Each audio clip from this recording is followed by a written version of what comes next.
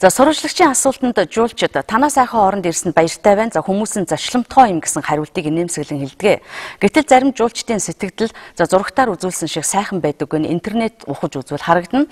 За Монгол руу очих зардал үнэтэй, үйлчилгээний чанар доорой, мөн уйтгартай гин. Дэлхийн улс орнууд аялал жуулчлалыг экспортын бие даасан салбар гэж үздэг. Учир нь гадны жуулчид ирж бараа үйлчилгээ худалдан авдаг юм аа. Монголын их ноос ноолрын бүтээгдэхүүний үйлдвэрүүд энэ замаар экспорт хийдэг. За Монгол улс жилдээ 100-аас 120 мянган жуулчин хүлээн авдаг. За энэ тоо өсөх хандлагатай байгаа юм. За аялал жуулчлалын салбар дотоодын нийт бүтээгдэхүүний 5-7%-ийг бүрдүүлж байна. За Монгол улс 2008 оноос аялал жуулчлалыг улсын тэргүүлэх салбараа болгон зарлаад даруй 3 жил болж байгаа ч жилд ирдэг жуулчдын тоо тэднээс олсон орлогын статистикаас харахад олигтой ахиц гараагүй хэвээр байна. За хэрэглэгчийн сэтгэл ханамжийн судалгааны дүнгээс үзэхэд Монголын байгаль нүүдэлчин амьдралын хэвэн маяг, гэр, төв, соёл зэргийг үдсэндээ сэтгэл хангалуун байсан бол жуулчдын хоноглох хөлсний байр, шүний амьдрал, эрүүл ахуй, за аяллаа үн ялангуяа тээврийн үн өндөр гэжээ. За судалгаанд оролцогчдын ердөө 5.7% нь үн боломжийн гэсэн хариулт өгсөн байна. Аялал жуулчлалын нөөц бололцоо суур баялаг дэлхийд өрсөлдөх хэмжээнд байгаа ч энэ нөөцөө дэмжиж өгөх дэд бүтэц менежментийн чадвар сул байгааг судалгаа харуулсан байна. Зам тээврийн сул чадваргүй байдал нь аялал жуулчлал гэлтгүй бусад олон салбарын дэлхийд өрсөлдөх боломжийг хаасаар байна. Түүнчлэн байгаль орчны тогтвортой байдал, хариуцлагатай аялал жуулчлал гэдэг асуудал гарч ирж байгаа. Энэ салбарын зохицуулалт сул нэгдсэн стандартгүй, эмх замбраагүй аялал жуулчлалын олон жижиг компаниудтай мэргэжлийн холбоодын үйл ажиллагаа, оролцоо дутмаг, судалгааны ажил, статистикийн мэдээлэл хангалтгүй, институцийн оролцоо байхгүй зэрэг асуудал нэгт холбоотой байдаг байна. Ингээд зүгээр ойрын энгийн чивүүд хэлээтэй гадны том телевизүүдийн сувгуудыг харж хахад Төрөлийн Эшиа гэдэг Малай зөөрийнхөө жишээ явуулдаг тийм үү. Солонгос болохоор инноватив Корея гэл улс орнууд Сингапур байна, Хонконг байна тийм. Манайд айлчлаарай гэсэн юм улсаараа үндэстнэрээ өөрсдөө сурталчилдаг энэ сурчлагыг явуулдаг. Монголд бол тийм юм харьцангуй бага байна. Дээр нь гадны жуулчд ирлээ. Одоо жишээлбэл ямар ч ресторанд ороод гарсан сайн ресторанууд бол манай хоол танаа таалагдуу, дараад юун дээр анхаарах вэ гэж тарилцагч нараас асуудаг.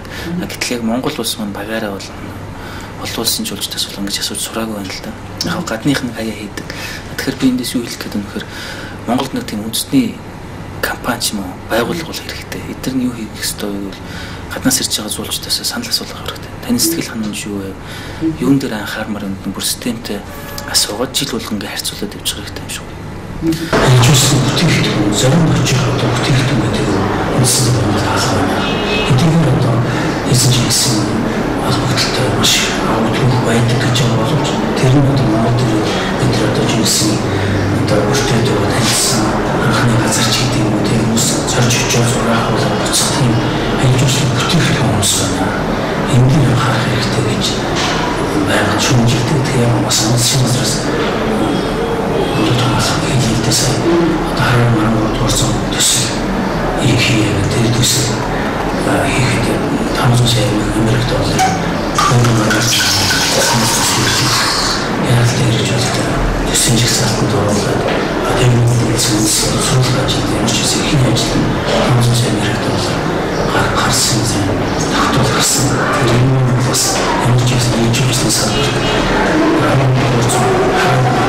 ямар байсан тэр нөхцөл бас одоо энэ сүлдээ харин өчигдөр яг одоо үндсэн хараагүй биш. Тэгээ миний хаалт зүүн байсан Эрдэнэт зүүн үсэж байгаа.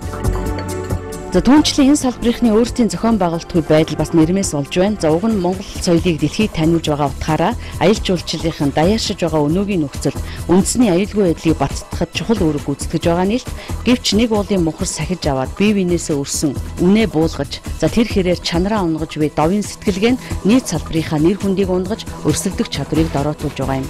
Олон улсын нислэг үйлдэх эрх бүхий үндэсний агаарын тээврийн ганц компани төрд данцтай. Төрийн өмчийн компани хамгаалах гэсэн төрийн бодлогын үр дүнд гадны томоохон авиа компаниуд манай агаарын тээврийн зах зээлд аажмаар ноёрхлоо тогтоосоор байна.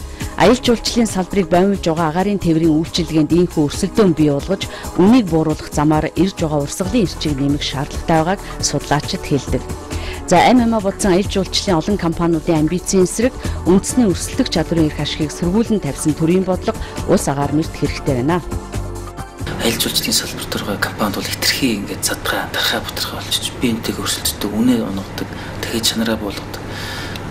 Дурын нэг жижиг компани уулын амьд нэг хэдэн гэр өрөөд гадны жуулчдыг авчирдаг. За яг энэ бол эрх чөлөөтэй асуудал мөн. Гэхдээ яг ингээд тухайн компанид ашигтаж гэсэн нийт хүндэстэндээ бол ашиггүй юм их гараад байна л да. Яг бол тэд нар ойр зөвхөн энэ зуныхаа ашигыг бодоод чанаргүй үйлчлэг үзүүлээд нэг хэмд үнээр чанаргүй үйлчлэг үзүүлждэг. Гэтэл тэр хүмүүс буцаад тухайн орондоо очиод юу гэж ярих вэ гэвэл тэр нэг жижиг компани тийм үү байгаагүй шүү. Монголчууд те Монгол орны тийм байх шүү гэж ярьдаг. Тийм учраас үнэхээр энэ аялал жуулчлалын салбарыг цааш нь хөгжүүлэх гэж байгаа бол төрийнхэн ч юм уу эсвэл энэ компаниуд нийлээд нэгдсэн стандарт бий болох хэрэгтэй. Стандартыг хангаж чадахгүй байгаа бол тэрийг одоо хангуулдаг чадахгүй бол зайгаа тавьж өгдөг. Яг л энэ бол зөвхөн тэр жижиг компани ирэх шиг биш. Энэ бол одоо үндэсний улсын ирэх шиг би давхар явж байгаа гэж бодож байна л да. Баруунд бол энэ талаар маш нарийн зохицуулт үүдний төрөнд зохицуулдаг. Хамгийн гол мэрэгжлийн холбоотууд нь өөрсдөө стандартаа ясвэрдэг. Тэгжиж одоо игнэгээ цэвэр ойлгож байдаг. Ийм хөө тогтолцоол маань жоохон дутуу байна л да. Тэгэхээр бид нар одоо төрийн байгууллагын ямар бодлогын асуудлыг зохицуулж байгаа сэтгэл дотоод модалын хэрэгсэл сангийн асуудал орчин зохицуулах одоо сонирхолтой байдаг. Ерөнхийдөө ийм бодлого байх ёстой. Жуулчны бацтай юм тийм гэнэхээс чи учраад тасаа асуудал болох ёстой. Өмнөөс нь шууд одоо жуулчны бас хүндрэлтэй байдаг. Тэгэхээр энэ бодлого одоо нэгдсэн бодлого миний бодлогын тийм дээр бодож ярилцж тохирсон асуудал байдаг. За энэ салбарт хамтарч сэтгэлгээг түгээсэн Монгол улсын нэгдсэн маркетингийн бодлогыг зангидан боловсруулж хэрэгжүүлэх чадваргүй байгууллага хэрэгтэй байгааг судлаач шинжээчид үзэж байна. За тус байгууллагын үндсэн үүрэг нь аялал жуулчлалын кластер маягаар хөгжүүлэхэд оршино гэж байна. За Монголын компаниуд агаарын тээврийн аврах бүсээс хөдөөгийн замын жижиг гуанз хүртэл нэг баг гэдгээ ухамсарлах шаардлагатай хэлж байна. Ингэж байж бид улс үндэснээрээ далайн чандын зах зээлд за хаваатай өрсөлдөж чадна. За өвөр хоорондоо өрсөлдсөн жалган сэтгэлгээнээс хальж үндэсний хамтарч сэтгэлгээг бий болгож чадвал за Монголын аялал жуулчлалын салбарын өмнө асар том боломж нээгдэх нь тодорхой гэж эдийн засагчид хэлж байна.